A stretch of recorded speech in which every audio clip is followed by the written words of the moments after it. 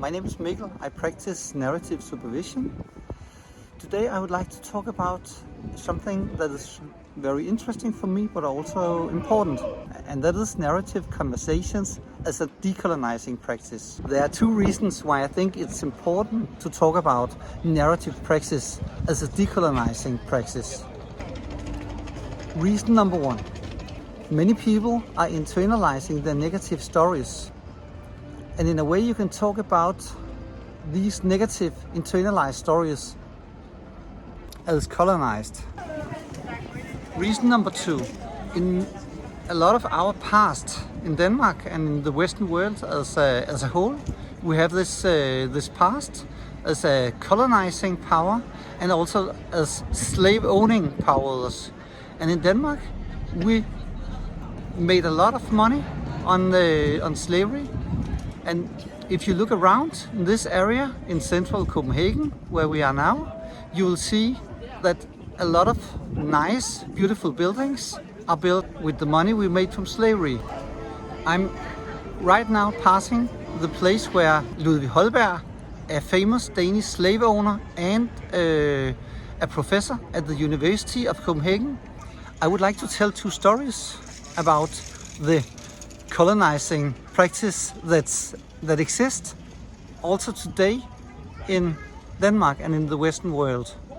Let me start by telling a story about my grandparents. They were both loving people and hospitable people. They had also their limitations.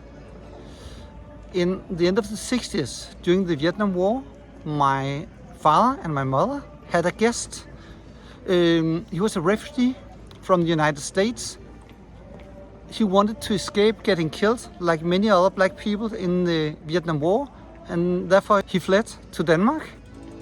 My mother and father invited this friend to my grandmother and grandfather's house. To put it very mildly, my grandmother was shocked because they told that he was going to sleep there, and she was very proud of her perfect white linen, and she was afraid that maybe he would leave some colored stains on the linen that could be very difficult to get rid of again. I once taught at a course together with a colleague, some young people.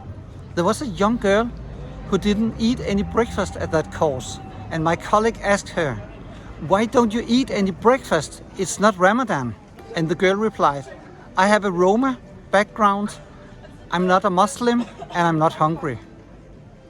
As narrative practitioners, I think there's two important lessons to be learned. Number one is that we have a responsibility to fight injustice like colonizing practices, colonizing language and colonization in general. But we also have a responsibility to be aware of our own practice, our own language and our own thoughts and our own prejudice towards people we think could be different, because we never know what's going on in other people's heads, and the way we think people are different, maybe they're different in another way, or maybe they're like us in many ways.